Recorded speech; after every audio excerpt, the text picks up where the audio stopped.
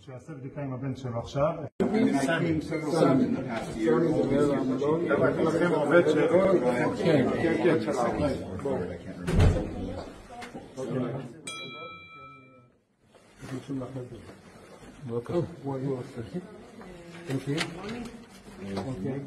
כן. רגע.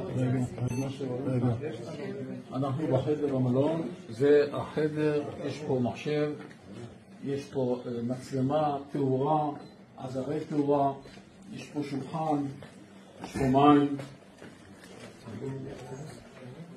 זהו.